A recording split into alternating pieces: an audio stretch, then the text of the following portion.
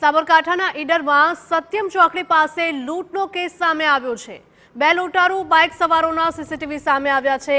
15 લાખ રૂપિયા લઈને બેંકમાં ભરવા જતા યુવકને લૂંટવામાં આવ્યો હતો।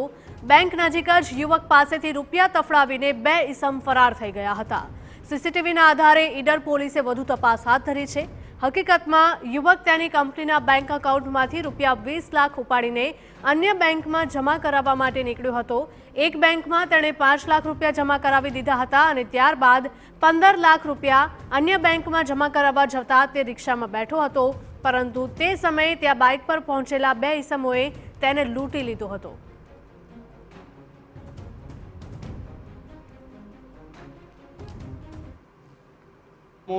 બાઇક ઉપર આવીને એના જે ખોળામાં રહેલું બેગ હતું એ ઝૂંટવીને ત્યાંથી ફરાર થઈ ગયેલા હતા।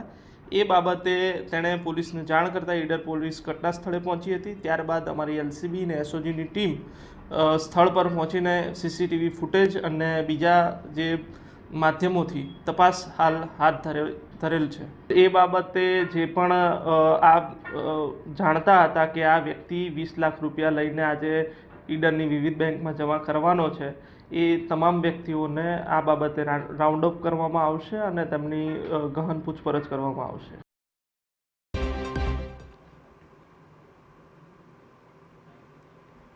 સંવાદદાતા હર્નિશ જોડાયા છે વધુ વિગતો સાથે। હર્નિશ, જણાવશો કે જે પ્રકારની આ ઘટના સામે આવી છે, રોજે રોજ લૂંટના કિસ્સાઓ સામે આવી રહ્યા છે, ત્યારે ફરી એક વખત સાબરકાંઠાનો આ બનાવ સામે આવ્યો છે। 15 લાખ ભરેલી બેગ લૂંટવામાં આવી। હિરલ, આ જે ઘટના જે છે તે સામે આવી છે, બે બેંકોની અંદર આ પ્રકારે આ રકમને લઈને આ મામલો હતો અને આ યુવક જે છે તે બંને બેંકની જે રકમ હતી તે રકમને લઈને નીકળ્યો હતો અને એ દરમિયાન ઓટો રિક્ષા પકડવા જવા દરમિયાન આ ઘટના ઘટી હતી।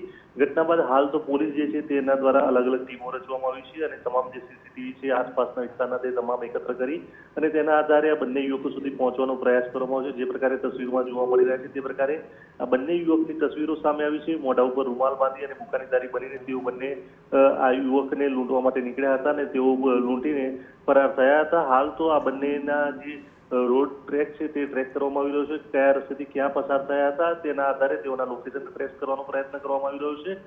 શક્ય છે કે આ બંને આરોપીઓ સુધી પહોંચવાની કડીઓ મળે તે દિશામાં પોલીસ દ્વારા પ્રયાસ હાથ ધરવામાં આવ્યો છે। હાલ તો જો કે આ ઘટનાને લઈને વિસ્તારમાં એક ચર્ચાનો માહોલ બન્યો છે। જી અવનીશ, આભાર।